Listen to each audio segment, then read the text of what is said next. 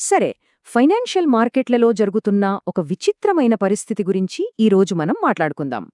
ఒకవైపు చూస్తే ప్రపంచంలో ఒక పెద్ద యుద్ధం నడుస్తోంది. ఇలాంటి సమయంలో బంగారం, వెండి లాంటివి సేఫ్ ఇన్వెస్ట్మెంట్స్ కదా, వాటి ధరలు పెరగాలి. కానీ దానికి రివర్స్లో వాటి ధరలెందుకు పడిపోతున్నాయి? ఇది చాలామంది ఇన్వెస్టర్లను కన్ఫ్యూజ్ చేస్తున్న విషయం. సో దీని వెనక అసలు కారణాలేంటో ఇప్పుడు లోతుగా చూద్దాం. చూశారుగా, ఇదే ఇప్పుడు అందర్నీ ఆలోచనలో పడేస్తున్న ప్రశ్న. సాధారణంగా ఏదైనా యుద్ధం వచ్చినా, మార్కెట్లో అనిస్థితి ఉన్నా జనం ఏం చేస్తారు? తమ డబ్బును బంగారం, వెండి లాంటి సేఫ్ అసెట్స్లో పెడతారు. దానివల్ల వాటికి డిమాండ్ పెరిగి ధరలు ఆకాశాన్నంటాలి. కానీ ఇప్పుడు జరుగుతున్నది దానికి కంప్లీట్గా ఆపోజిట్. మరి ఈ విచిత్రమైన పరిస్థితికి కారణం ఏంటో తెలుసుకుందాం రండి. ఓకే, ఫస్ట్ ఈ ప్రాబ్లం ఎంత పెద్దదో అర్థం చేసుకోవాలంటే రీసెంట్గా మార్కెట్లో ఎంత దారుణంగా పడిపోయాయో చూడాలి. ఇది కేవలం ఒక్క సెక్టర్కి సంబంధించింది కాదు. విలువైన మెటల్స్ నుంచి స్టాక్ మార్కెట్ల వరకు అన్నీ పడిపోయాయి. ఇది ఏదో చిన్న కరెక్షన్ కాదండి. చూడండి, వెండి ఏకంగా 10% పడిపోయింది, బంగారం 5%. మన Indian stock market bank Nifty చూసుకుంటే 3.39% డౌన్.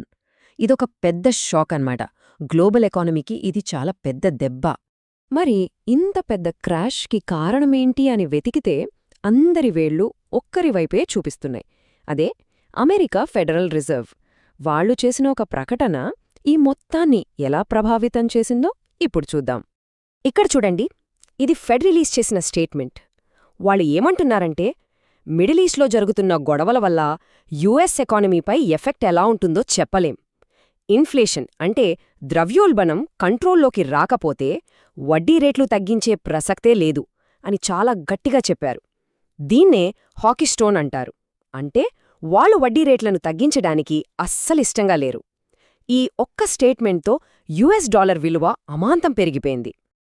ఇక్కడ సింపుల్ లాజిక్ ఏంటంటే, డాలర్ బలపడితే డాలర్లలో కొనే బంగారం, వెండి లాంటివి వేరే దేశాల వాళ్లకి కాస్ట్లీ అయిపోతాయి.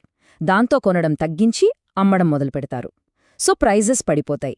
అయితే ఇది పైకి కనిపించే కారణం మాత్రమే. అసలు కథ వేరే ఉంది. ఇప్పుడు అసలు విషయానికి వద్దాం. ఈ జియోపొలిటికల్ స్పార్క్, ఇంతకీ ఫెడ్ ఎందుకంత అనిశ్చితిగా మాట్లాడింది? దానికి కారణం మిడిల్ ఈస్ట్లో ముదురుతున్న గొడవలు. ఈ రెండింటికి ఉన్న లింకేంటో చూద్దాం. ఇదేదో నెమ్మదిగా జరుగుతున్న గొడవ కాదు. చాలా వేగంగా ఒకదాని తర్వాత ఒకటి జరిగిపోయాయి. ఫస్ట్ ఇరాన్ నేషనల్ సెక్యూరిటీ చీఫ్ని చంపేశారు. తర్వాత ఇజ్రాయెల్ వాళ్లు ఇరాన్కి చెందిన సౌత్ పార్స్ గ్యాస్ ఫెసిలిటీ మీద అటాక్ చేశారు. దానికి ప్రతీకారంగా ఇరాన్ ఏకంగా ఖతార్, యుఏఈలోని ఎనర్జీ ప్లాంట్ల మీద దాడులు చేసింది. పరిస్థితి ఒక్కసారిగా మారిపోయింది. ఇక్కడ మనం ఒక ముఖ్యమైన విషయం గుర్తుపెట్టుకోవాలి. ఈ సౌత్ పార్స్ ఫీల్డ్ అనేది ప్రపంచంలోనే అతి పెద్ద natural gas reserve. Iran, Qatar రెండూ పంచుకుంటాయి. దీనిమీద దాడి చేయడమంటే గ్లోబల్ ఎనర్జీ సప్లైకి గుందెకాయలాంటి దానిమీద దెబ్బకొట్టడమే. ఈ దాడులతో ఈ గొడవ ఒక లోకల్ ఇష్యూ నుంచి ప్రపంచ ఆర్థిక వ్యవస్థను అతలాకుతలం చేయగల ఒక పెద్ద ఎనర్జీ క్రైసిస్ భయంగా మారిపోయింది. వాళ్లు టార్గెట్ చేస్తున్న ప్లేసెస్ చూడండి. ఇరాన్లోని సౌత్ పార్స్ గ్యాస్ ఫీల్డ్, ఖతర్లోని రాస్ లఫాన్ గ్యాస్ ప్లాంట్, యుఏఈలోని హబ్షాన్ గ్యాస్ ఫెసిలిటీ, అలాగే ప్రపంచంలోనే అత్యంత కీలకమైన స్ట్రెయిట్ ఆఫ్ హార్మూజ్. ఇవన్నీ ప్రపంచానికి ఎనర్జీ సప్లై చేసే కీలకమైన పాయింట్స్. వీటిని టార్గెట్ చేయడమంటే వరల్డ్ ఎనర్జీ సప్లైని ఆపేయాలని చూడటమే. ఇది మన మొదటి ప్రశ్నకు సమాధానమిస్తుంది. భయం ఏ స్థాయిలో ఉందంటే, ఒక పెద్ద ఎనర్జీ సంక్షోభం వచ్చి గ్లోబల్ ఎకానమీ మొత్తం కుప్పకూలిపోతుందేమో అని. ఇలాంటి విపరీతమైన భయం ఉన్నప్పుడు ఇన్వెస్టర్లు గోల్డ్, సిల్వర్ అని చూడరు. చేతిలో ఉన్న ప్రతిదీ అమ్మేసి క్యాష్ చేతిలో పెట్టుకోవాలని చూస్తారు. అందుకే అన్నీ పడిపోతున్నాయి. అయితే ఈ జియోపొలిటికల్ గందరగోళం, ఈ మార్కెట్ క్రాష్ వెనక ఇంకో ఇంట్రెస్టింగ్ కథ నడుస్తోంది. ముఖ్యంగా విలువైన లోహాల మార్కెట్లో. అదేంటంటే పేపర్ మార్కెట్కి, ఫిజికల్ మార్కెట్కి మధ్య ఉన్న తేడా.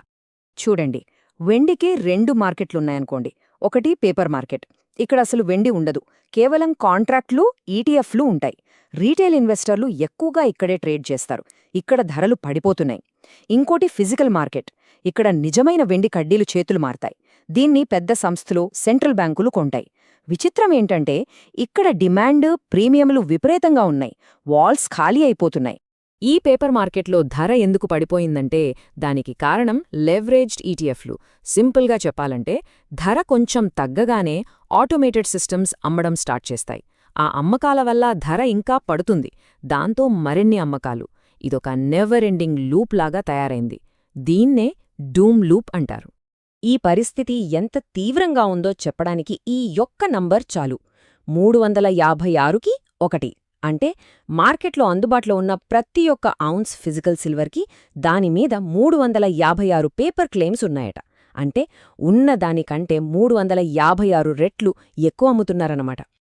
సరే, ఒకవైపు చిన్న ఇన్వెస్టర్లు భయపడి పేపర్ సిల్వర్ని అమ్మేస్తున్నారు కదా, మరి ఆ టైంలో ఫిజికల్ మెటల్ని ఎవరు కొంటున్నారు? ఆ స్మార్ట్ మనీ ఏం చేస్తోంది? ఆ స్మార్ట్ మనీ ఏం చేస్తోందంటే పోగు చేసుకుంటోంది. చూడండి, జేపీ మోర్గన్ ఒక్క వారంలో 1.61 మిలియన్ ఔన్సుల ఫిజికల్ సిల్వర్ని డెలివరీ తీసుకుంది. చైనా సెంట్రల్ బ్యాంక్ వరుసగా 16 నెలల నుంచి గోల్డ్ కొంటూనే ఉంది.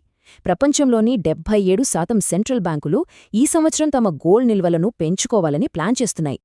సో, ఒకవైపు యుద్ధం, మరోవైపు ఎనర్జీ క్రైసిస్ భయాలు, ఇంకోవైపు ఈ మార్కెట్ మ్యానిపులేషన్. ఈ మొత్తం తుఫాను గ్లోబల్ ఎకనామీపై ఎలాంటి ప్రభావం చూపిస్తోంది? ఈ ప్రభావం అన్ని చోట్ల కనిపిస్తోంది. మన ఇండియన్ మార్కెట్లు 3.39% పడిపోయాయి. మన రూపాయి విలువ డాలర్తో పోలిస్తే ఆల్ టైమ్ లోకి పడిపోయింది.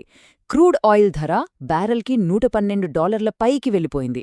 అదే సమయంలో పేపర్ మార్కెట్లో బంగారం, వెండి ధరలు క్రాష్ అవుతున్నాయి. ఇవన్నీ ఒకదానికొకటి లింక్ అయినవే. ఇదచ్చం ఒక వెల్త్ ఎక్స్ట్రాక్షన్ మెషీన్ లాంటిదే.